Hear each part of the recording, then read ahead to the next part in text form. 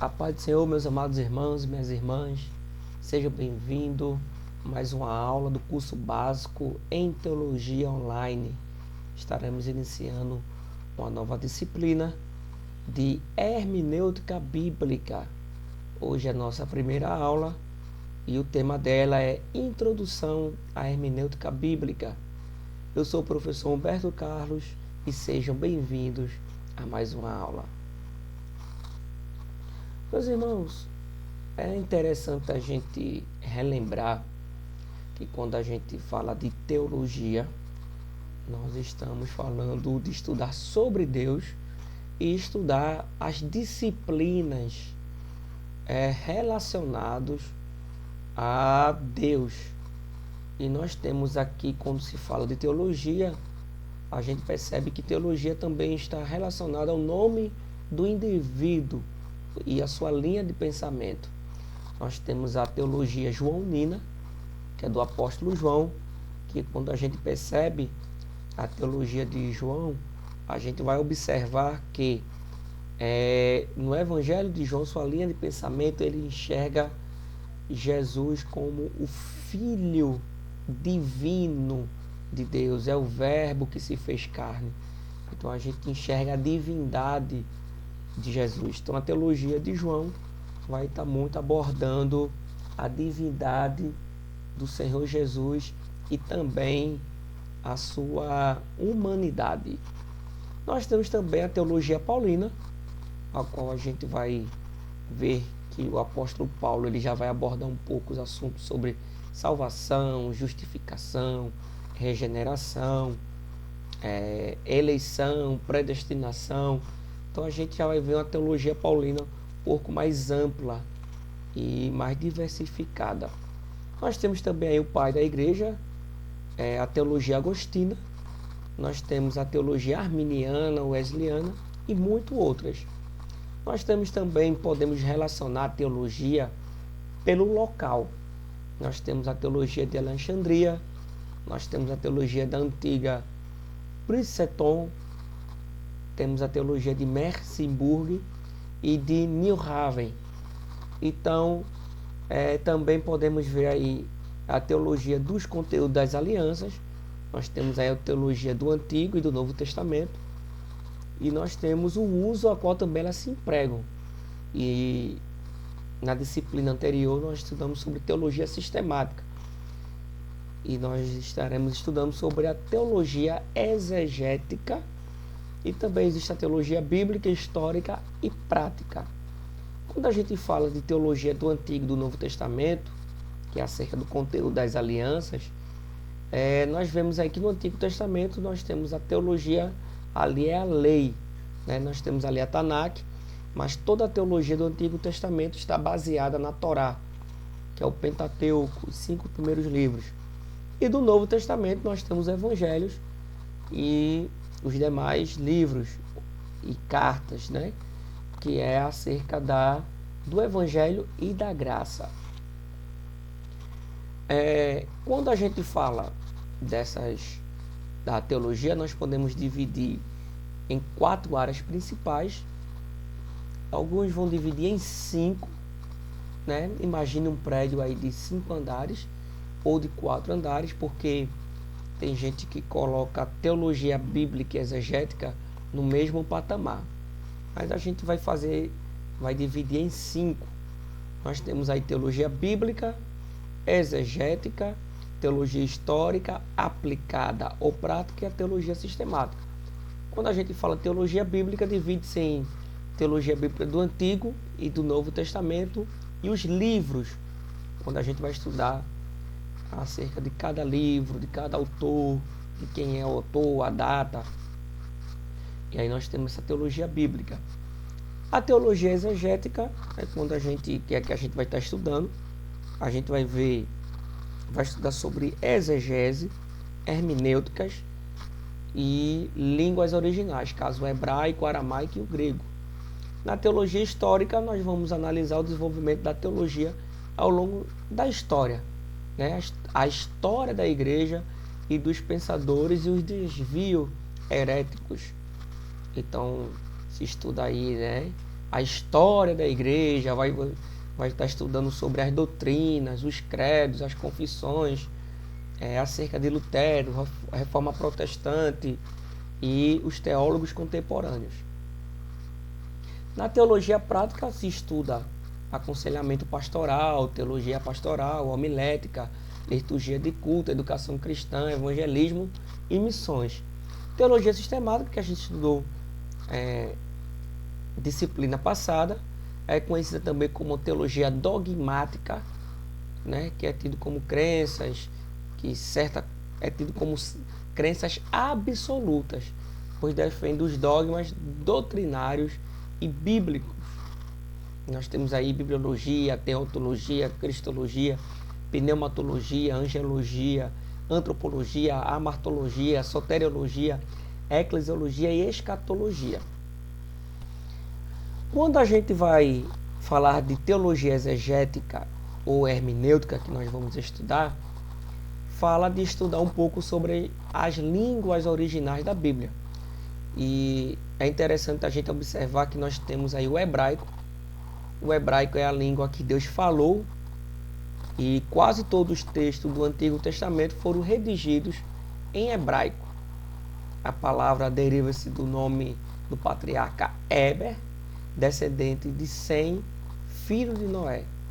Então, quando você vai ler Gênesis 10, 24 e 25, você vai ver que Noé teve o seu filho Sem, e Sem teve o seu filho Eber. Daí de onde vem os hebreus. E daí nós temos também o idioma hebraico. Também foi a língua a qual Deus se comunicou com o povo de Israel. Nós temos aí o aramaico. Conta-se que também é dos descendentes de Sem, Arã, do qual tomou a nação arameia. E nós temos aí a Síria, né? Também é uma língua semelhante ao hebraico. Algumas porções da Bíblia foram escritas em aramaico. Geralmente são mensagens de gentios para judeus. Se você for ler o livro de Esdras, capítulo 7, do 11 ao 26, e Neemias, do 5 ao 8, você vai observar que normalmente são tratados dos reis Artaxerxes, e que está se relacionando, se comunicando com Esdras ou com o povo judeu. E muitos desses tratados foram escritos em aramaico. Então, Esdras, quando ele vai estar traduzindo o hebraico, vai estar lendo a língua hebraica, quando ele acha os livros, ele está falando agora com um povo a qual falava o aramaico. Então, por isso era necessário ter um intérprete da lei para que pudesse interpretar o hebraico para o aramaico, que era a língua daquele povo cativo. Então, o aramaico influenciou bastante o hebraico por causa do cativeiro, porque você vai observar que os sírios, os medos, os persas, os babilônicos, eles falavam aramaico. Então, por isso, vai ter tanta influência o aramaico aí na geração do exílio e pós-exílio. E também nós vamos ter alguns textos aí lido em aramaico. É interessante que um judeu, quando vai conversar com outro judeu, ele conversa hebraico. Mas quando um gentio vai conversar com um judeu, é o aramaico que está sendo falado. Embora esteja escrito ali, né, no hebraico, mas o idioma que foi falado foi o aramaico. E nós temos alguns trechos da Bíblia que foram escritos. Nós temos aí também o grego, que é a terceira língua que compõe as escrituras sagradas, e o Novo Testamento foi todo escrito no grego, né, conhecido como o grego koiné, né, ou grego helenístico, exceção do Evangelho de Mateus, que alguns historiadores dizem que foi escrito no aramaico. Nós temos aí os slides aí, se você observar, não muda muito o hebraico para o aramaico. No hebraico, quando se fala geração, nós temos e no aramaico da. Deus no hebraico é El, no aramaico é Alô e no sírio é Alá. E aí nós temos aí o grego, a qual vocês vão observar aí, que vai mudar também a escrita, vai mudar todo o sentido do hebraico e do aramaico, vai mudar muito, mas aí a gente percebe que as 3 línguas originais da Bíblia. Então, quando se estuda teologia exegética e hermenêutica, deve-se ter uma base, no mínimo, de hebraico e de grego. Aramaico nem tanto, mas o hebraico e o grego, onde estão as maiores porções, é bom se ter uma base e estudar, para que o exegeta possa interpretar de uma forma correta e fidedigna o texto sagrado. Quando a gente fala de hermenêutica, nós temos aí o conceito, né? E quando surgiu, nós temos aí as definições de hermenêutica. A palavra hermenêutica deriva-se do termo grego hermenêutique, que por sua vez deriva-se do verbo hermeneu, significa a arte de interpretar os livros sagrados e os textos antigos.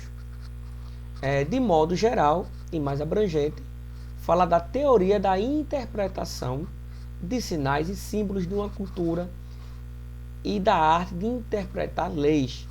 Nós temos aí uma definição do autor Raimundo de Oliveira. Nós temos aí Louis Bierkhoff, ele já vai fazer uma definição um pouco mais acadêmica. Ele vai dizer que hermenêutica propriamente é a arte de hermeneuin, mas no caso designa a teoria dessa arte. Podemos defini-lo como ciência que nos ensina os princípios, leis e métodos de interpretação. Então, para Bierkhoff, hermenêutica é ciência, são métodos de interpretação. E nós temos aí o livro a qual nós vamos estar estudando, hermenêutica fácil de interpretar, da CPAD, do pastor Esdras. Nós vamos ver aí que diz que a palavra hermenêutica tem a sua origem no nome Hermes, o deus grego que servia como mensageiro dos deuses, transmitindo e interpretando suas comunicações a seus oportunados com frequência. Na mitologia grega, Hermes, ele era o mensageiro dos deuses do Olímpio. Então, ele saía do mundo espiritual, da divindade dos deuses, e vinha até a terra para se comunicar com os mortais, e ali ele entregava, ele interpretava muitas vezes o que se era dito. Então ele era o homem que possuía a mensagem dos deuses, dos seres imortais para os mortais. Mas isso é uma mitologia grega. Então a palavra hermenêutica deriva-se desse deus grego chamado Hermes. Nós temos aí a palavra hermenêutica. Alguém poderia perguntar, tem na Bíblia a palavra hermenêutica?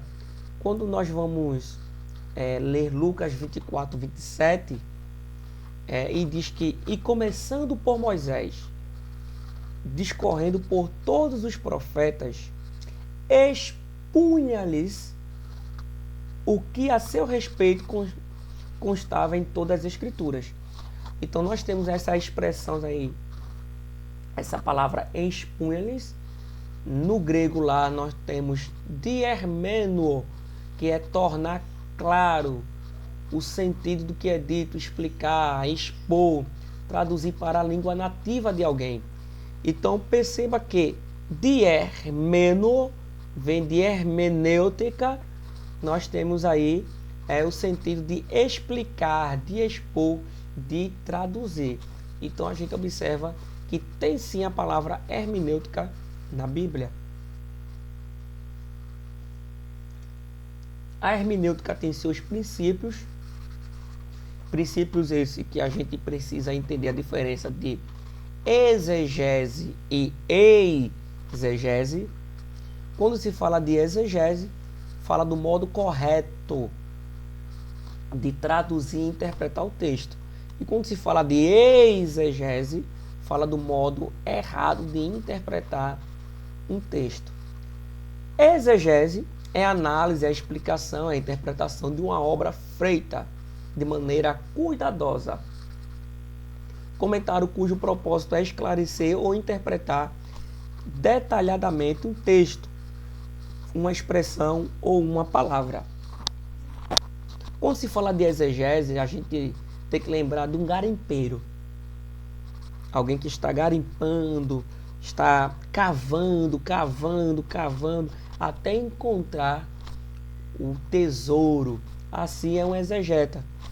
Ele vai cavando a Bíblia, ele vai mastigando palavra por palavra, acento, tudo que há na Bíblia ali naquele texto. Ele vai interpretando, separando tudo para que haja uma melhor compreensão. Esse é o sentido de um exegeta. É aquele que vai garimpar um texto, é aquele que vai cavar, vai se aprofundar no texto. Já exegese a gente nós podemos ter duas linhas de pensamento de exegese. Quando fala de exegese, é interpretação em que os pontos de vista do leitor são incorporados ao texto. E aí existe uma exegese bíblica. Mas vamos lá. A exegese é quando o leitor ele tem agora contato com um texto. Mas o leitor, ele não apenas tem esse contato com o texto. Ele agora vai colocar sua linha de pensamento ou o seu conceito no texto. E agora a gente vai observar uma diferença enorme. Quando se fala de exegese, fala de extrair, de tirar, de conduzir para fora o pensamento do autor ou o propósito, a proposta do texto. Exegese é traduzir o texto original, tornando compreensível sem sangrar o sentido primário. Terceiro, exegese é compreender o sentido do texto dentro do seu ambiente ou contexto. 4. Exegese é quando o leitor se curva, tem a sinceridade e honestidade à mensagem principal. Quando a gente vai para exegese, é quando o leitor coloca o seu pensamento e força o texto sagrado ou qualquer outro texto. É quando há manipulação do texto e do sentido original do texto.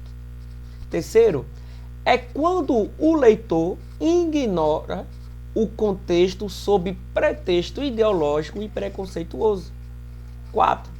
É quando ignora a mensagem principal e põe a revelação própria acima da mensagem revelada do céu e inspiração divina. Vamos lá. Quando a gente pega um texto aqui, quando Paulo vai dizer assim, que as mulheres não devem falar nas assembleias. E quando você pega esse texto e vai se estudar, fazer uma exegese, você precisa compreender o contexto que Paulo falou. Naquele tempo, as mulheres não tinham espaço, não tinham voz. A mulher, ela meio que existia uma barreira, um preconceito acerca das mulheres. E Paulo está se utilizando do que a tradição, de que aquela época tinha, de falar que as mulheres não deveriam se calar nas assembleias. Mas isso não significa que o apóstolo Paulo era preconceituoso com as mulheres. Pelo contrário, Paulo vai falar bem das mulheres, vai falar acerca da avó e da mãe de Timóteo, vai falar das cooperadoras de Filipenses ali, de Evode e Sintique, que elas eram cooperadoras que trabalhavam muito em prol do evangelho e que eram cooperadoras, ajudava bastante ele. Mas dentro de uma tradição judaica e grega e greco-romana, as mulheres não tinham voz. Então, Paulo vai usar aquele texto ali da igreja de Corinto, diz ele, olha, as mulheres devem se calar nas assembleias e quando tiver alguma dúvida, se pergunta em casa aos seus maridos, aos seus filhos e aos seus parentes. E hoje a gente percebe que as mulheres hoje têm voz, sim, dentro das nossas igrejas, nossas denominações. Nós temos aí mulheres que estão cursando teologia, inclusive o nosso curso que mais tem é mulheres. Inclusive uma agora tirou a maior nota, uma mulher, um homem aí, alunos nossos que tiraram 10 em teologia sistemática. Então as mulheres estão ganhando seu espaço. Hoje nós temos mulheres que pregam bem a palavra de Deus, ensinam bem a palavra de Deus. E aí tem até alguns ministérios, denominações que reconhecem o ministério das mulheres e consagram até a pastora. Aí é uma outra situação. Então, quando eu digo que as mulheres não devem falar hoje na igreja contemporânea, eu estou fazendo uma exegese. Eu estou manipulando o texto, eu não estou analisando o contexto e estou botando uma ideologia minha e eu estou sendo preconceituoso com as mulheres hoje, e quando na verdade no século XXI mudou tudo se comparando a séculos passados.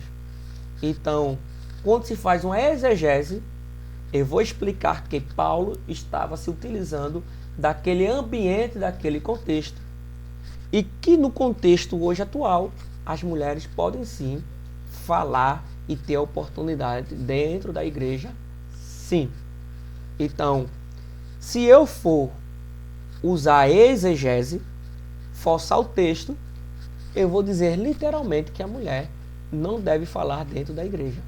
E aí eu estou usando o terceiro tópico ali, né? Que é quando eu ignoro o contexto sob pretexto ideológico e preconceituoso.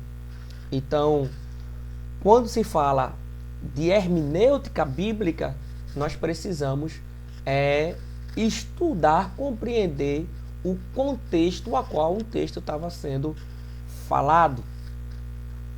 Outra situação que nós temos também é acerca das mulheres de usar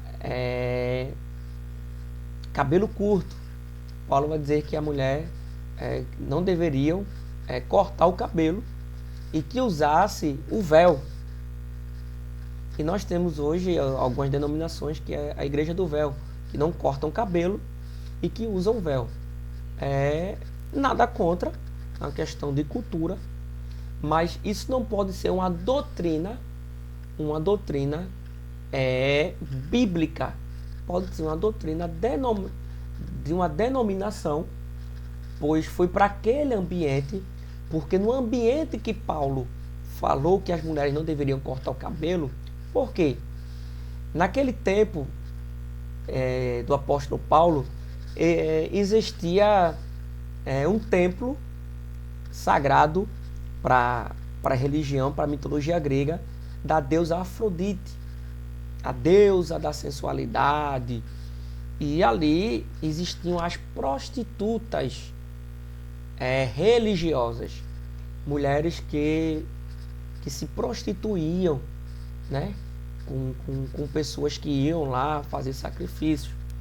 E essas mulheres, elas tinham os cabelos curtos. E algumas dessas mulheres acabaram se convertendo. E outras mulheres, que eram cristãs, queriam cortar o cabelo. E o apóstolo Paulo, para prevenir, para que não servisse de apontamento, que não servisse de preconceito e de ser confundida as mulheres cristãs com as prostitutas religiosas, e diz assim, não cortem o cabelo, para que vocês não venham ser confundidas com aquelas mulheres. E as mulheres que tinham cabelo curto, que se converteram ao cristianismo, usem o véu, para que quando vocês chegarem dentro de uma igreja, dentro de uma sinagoga, ou dentro da igreja, as pessoas não olhem com vocês com um olhar atravessado e pensem que vocês são prostitutas religiosas. Então vocês precisam, o exegeta precisa analisar esse contexto. E para que isso que Paulo está falando foi uma orientação para o seu tempo.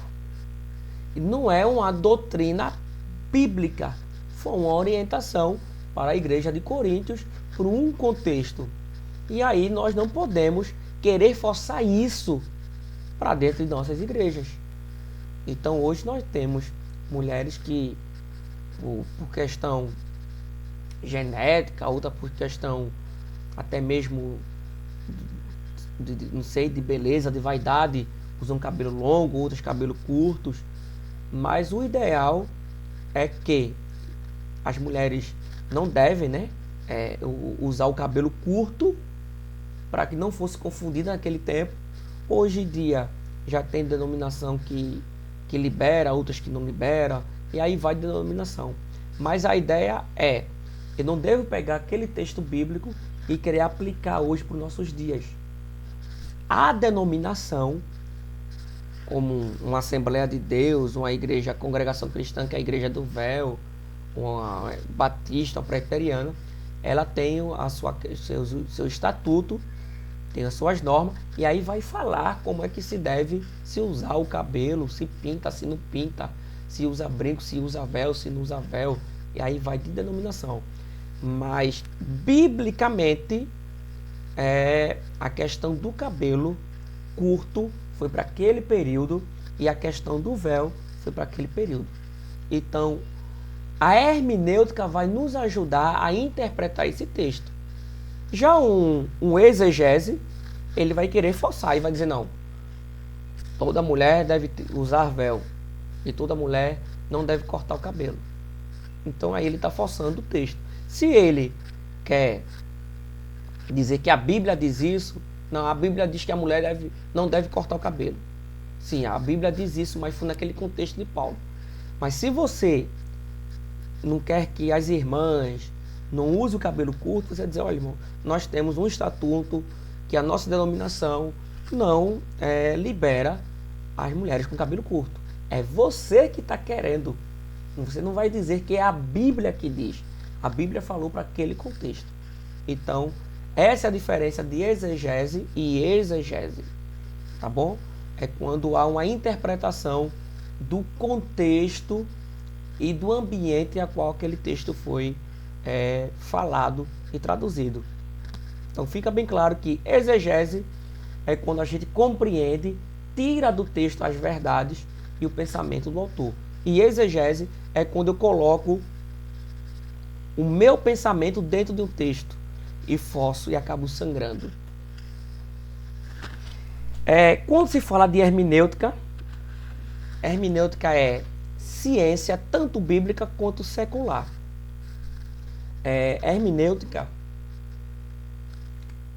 ela vai ser estudada também de forma secular.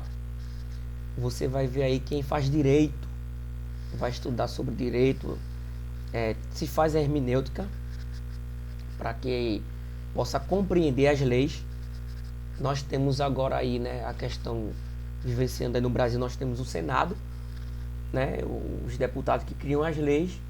Nós temos o Supremo, também que rege, que deve interpretar as leis, que também acabam, às vezes, colocando, em vez de ser um exegeta, acabando fazendo uma exegese, colocando seu pensamento dentro da lei, não tirando o que de fato a lei quer, o que se diz. Nós temos também a exegese aí na questão linguística, quem vai estudar letras. Nós temos aí interpretação de texto, que é uma arte também. Nós podemos ter hermenêutica também em outras áreas.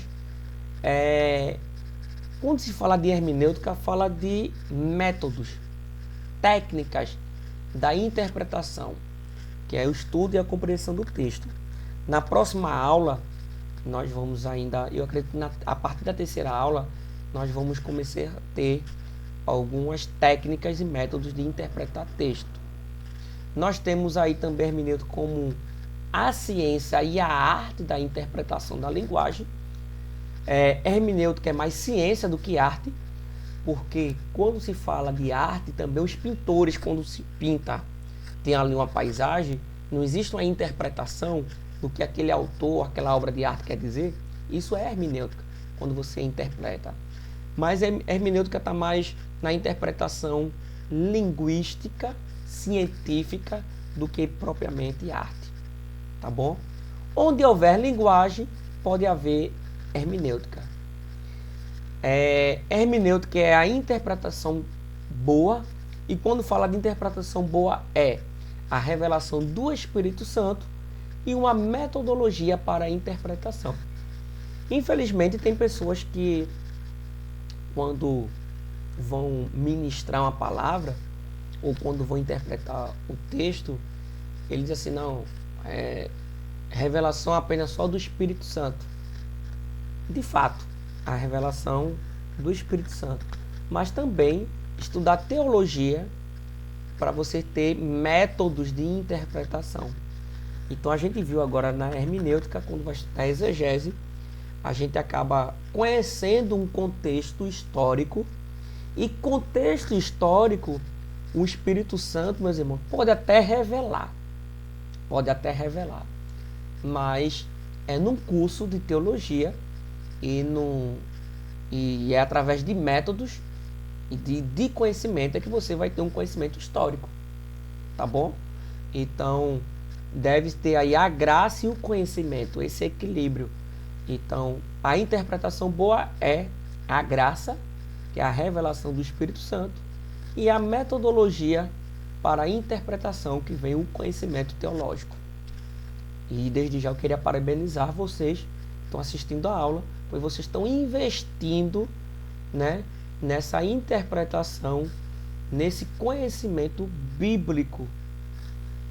E, por último, interpretar é separar para compreender texto, contexto e pensamento do autor e aplicar. Seguindo alguns princípios, dentro do grande número desses princípios, né, universalmente aceitos ao longo desta disciplina, destacamos o seguinte: estude a Bíblia Sagrada partindo do pressuposto que ela é a autoridade suprema em questão de religião, fé e doutrina. Então, a primeira coisa que um exegeta, o hermenêutico, deve ter é que a Bíblia, ela é suprema.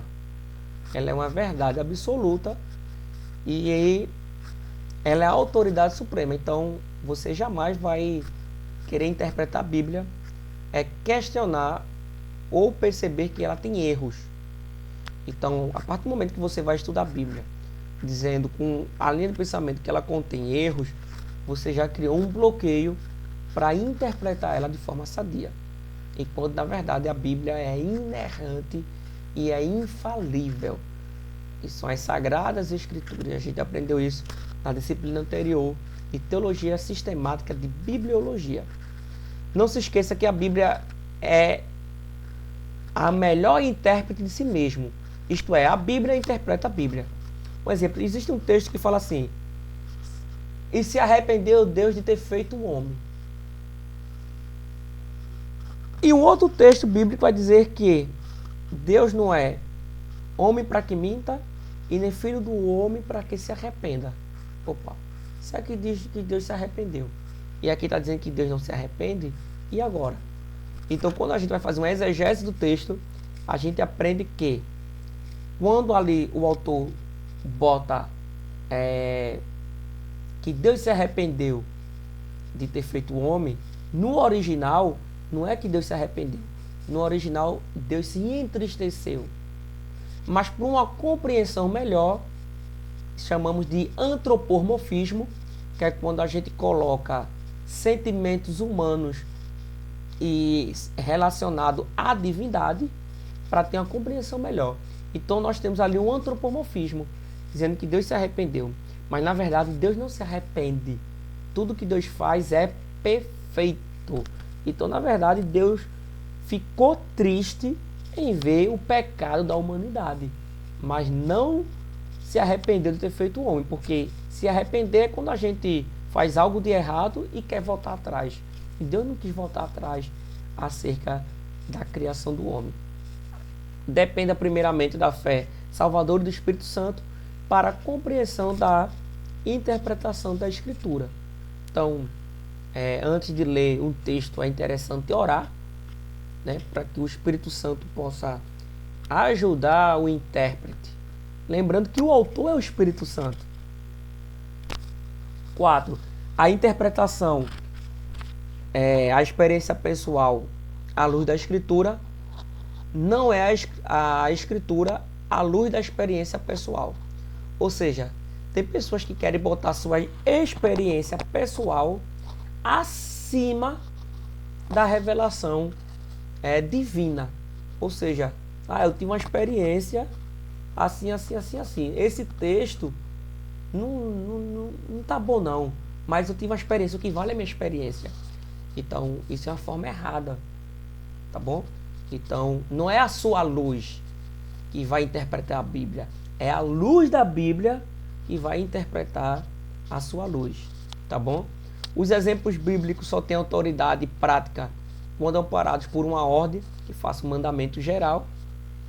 6. O principal propósito da Escritura é mudar nossas vidas e não multiplicar o nosso conhecimento. Então, quem estuda a teologia não é para ficar obeso do conhecimento. Não é multiplicar para a pessoa ser soberba, dizer que possui conhecimento. Mas é para que haja transformação, é para que haja mudança em nossas vidas, em nossa exposição, que a gente tenha mais humildade. 7. Que todo cristão tem o direito e a responsabilidade de interpretar pessoalmente a Escritura, seguindo princípios universalmente aceitos pela ortodoxia cristã. Então não é apenas papel dos obreiros, dos líderes e dos pastores de interpretar a Bíblia. É dever de todo o cristão ler e compreender a Bíblia. E apesar da importância da história da igreja, ela não chega a ser decisiva na fiel interpretação da Escritura. Ou seja, uma denominação ela não vai ser decisiva nas doutrinas bíblicas. O que é bíblico é bíblico. O que é denominacional é denominacional. Tá bom? Então a gente precisa separar bem essa situação. Essa disciplina nós precisamos estudar. E aí, orando, nós precisamos orar para que Deus possa revelar, buscar essa ajuda, né? Nós precisamos ter material de estudo na mão, livro, dicionário, versões bíblicas que a gente vai estar estudando sobre na próxima aula. A gente vai estar abordando melhor esse tema. Eu não vou nem entrar tanto. E por último, seja organizado ao estudar. Ao primeiro contato com a matéria, procure obter uma visão global, mesmo isso com tudo. Ou seja, você precisa olhar para a Bíblia e interpretar de forma filosófica, psicológica, bíblica. Você precisa ver se é um texto militar, se está falando sobre estratégia militar, se é um texto que está falando sobre uma profecia, mas essa profecia foi apenas para o Antigo Testamento, está relacionado ao Novo Testamento, isso aqui é para a igreja, isso aqui só foi para Israel. Você precisa ter essa visão global. Nós vamos agora aqui para a parte de dinâmica, e eu queria aqui conversar com vocês. O texto é João 10:10. O ladrão vem apenas para roubar, matar e destruir. E eu vim para que tenha vida e tenham vida em abundância, ou vida plenamente. Então, quantas vezes você já ouviu, ou até mesmo falou, que o diabo é que veio para matar, roubar e destruir? E afirmar que é o diabo. Então não é de hoje que tomamos a figura do ladrão de João 10,10 e aplicamos ao inimigo de nossas almas, que é o diabo. Mas será que essa é a interpretação correta? Eu creio que não.